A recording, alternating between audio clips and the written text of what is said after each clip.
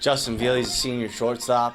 He's been our shortstop for 4 years. He's a guy that's going to be greatly missed from a leadership standpoint, and just from the way he approaches the game and the way he plays it every day. He plays at 100% every day, and he is a great role model for our younger guys, and especially younger kids in the community who come and watch him play.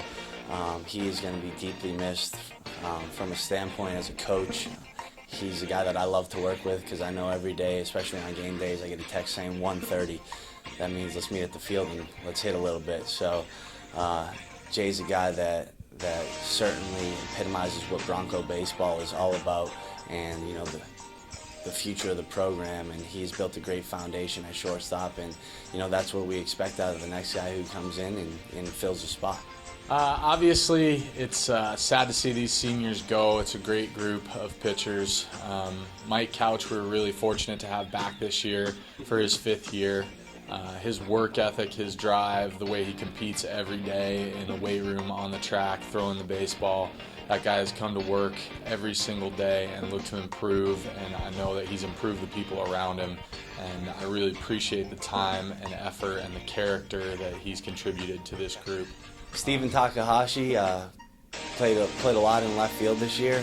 He's the type of guy that when he's playing defense, he's going to go all out. I specifically remember an instance earlier this season. A foul ball was hit down the left field line, and it was in the bullpen, and he dove into the fence head first. And it was one of those moments as a coach where you say, that could be bad, but he got right up, had a busted lip, needed some stitches. But as an outfield coach, that's what I'm looking for in our guys, and that's what we're looking for as a staff in our guys, is somebody who's not scared to run through a wall to make a great play, and just go all out.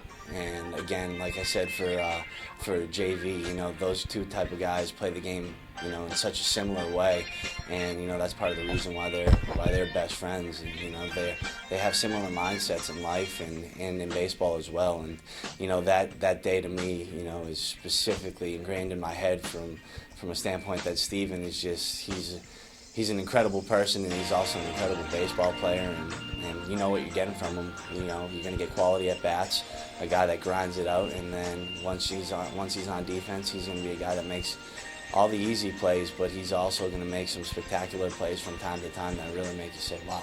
And that's the type of guy we're looking forward to bring into the program in the future. Tommy Nance, one of the most talented guys in the conference, certainly.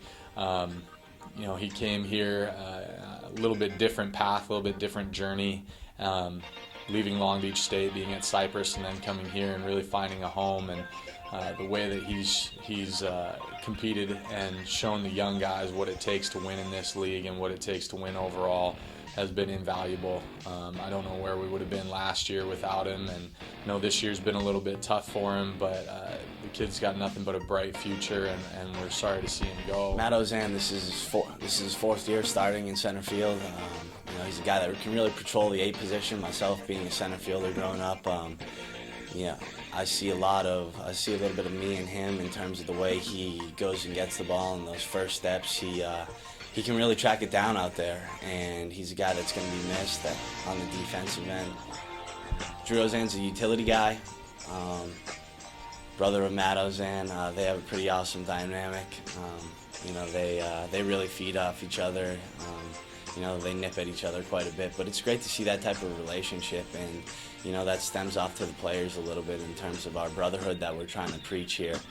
And Drew Ozan he's done a lot this year in terms of making adjustments as a hitter and making adjustments as a defender, and we really appreciate and we respect that in him. And a season that's you're having a tough time or you're struggling a little bit, it's easy to throw in the towel. But especially when you haven't played as much as you've played in the past, and Drew hasn't said anything in regard to that. He's just tried to be a great leader every day, and went about his business. Chris Mendoza, he's been the stalwart of this pitching staff. He had the most innings of anybody coming in, kind of the veteran, and he's done a great job of picking us up in big innings where we really needed to put up zeros, just coming in and competing. And he's had a little rejuvenation this year and done nothing but good things for us, and just sad to see all three of those guys go.